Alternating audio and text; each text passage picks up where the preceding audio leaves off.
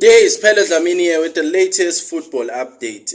Siyabonga Ngezana appeared to be injured over the weekend in a Romanian derby where FCSB's club were facing their local team, Dinamo.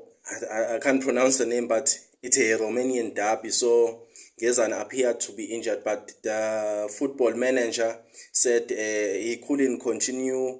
Ngezana's knees was hurt, but they will see if he will be able to play for FCSB on Thursday in a UEFA competition. Is this a big blow for Bafana should Ngezana be injured, and who should replace him? We have Thabo Moloisana from Stellenbosch on standby. Then we have Abo Ime Okon who are on the prelim list. Who should replace Siyabonga Ngezana should his injury be serious? Follow me on TikTok for more football stories. Pele Dlamini here.